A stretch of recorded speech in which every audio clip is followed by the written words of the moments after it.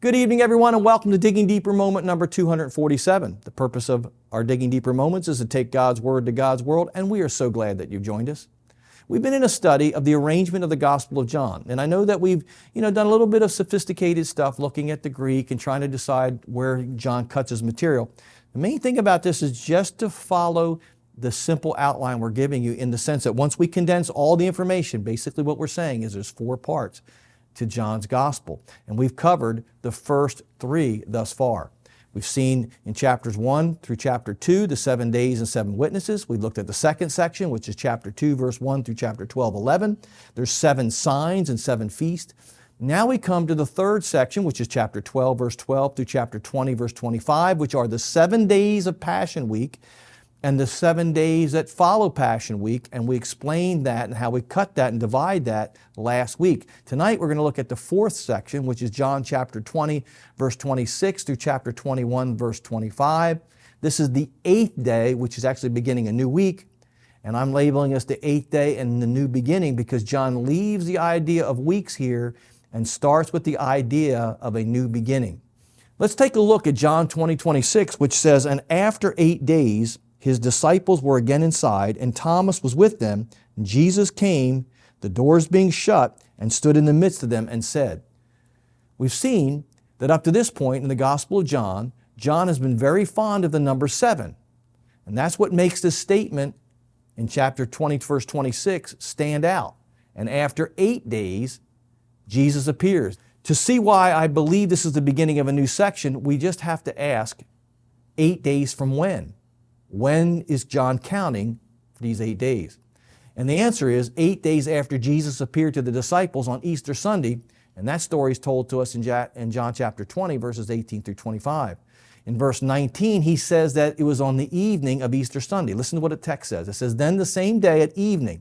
Now that word evening means it wasn't dark evening. This isn't late in the afternoon, being the first day of the week, because if it was late in the evening, what we would call nighttime, it would actually not be the same day in Hebrew counting. This is where it gets really confusing when you're doing day stuff, counting days, because the Jews counted days one way, the Romans counted them another way, and the Greeks counted them a third way. And that's where this stuff really can get confusing, okay? So just hang in there. This being the first day of the week in Jewish counting, this would be Sunday, when the doors were shut, where the disciples were assembled for fear of the Jews. Jesus came and stood in the midst of them and said, "Peace be with you." It says, "Now Thomas, called the twin, one of the 12, was not with them when Jesus came." That's John chapter 20, verse 24. This is why verse 26 is stressing the fact that Thomas was with them 8 days later. So let's count. This is a Monday. This is not the beginning of a new week. Everything else we've shown up to this point is John seems to connect these things with the beginning of a new week. But here, it's the 8th day. It's a Monday.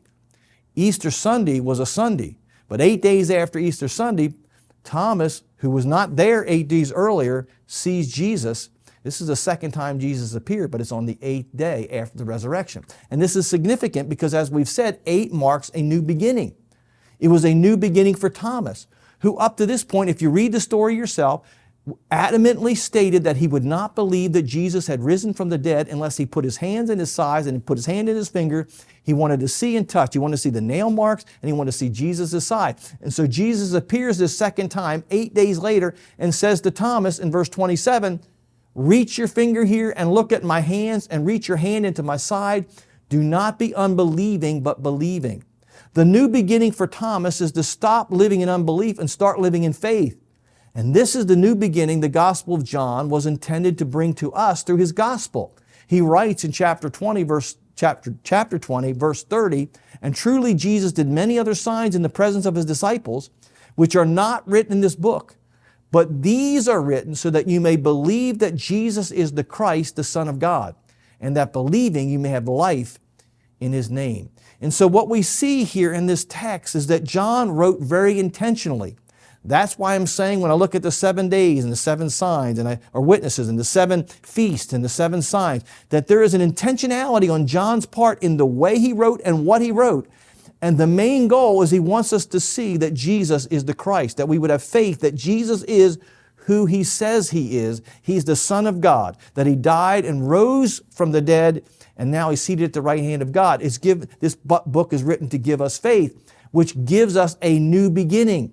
The whole idea is to get to this 8th day, where is a new beginning.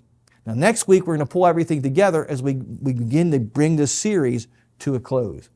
I hope to see you next week. If this lesson has helped you, please like us on Facebook, follow us on Instagram, subscribe to our YouTube channel, or check out our live podcast on either Apple or Spotify. Be sure to share this lesson with a friend. I hope to see you next week.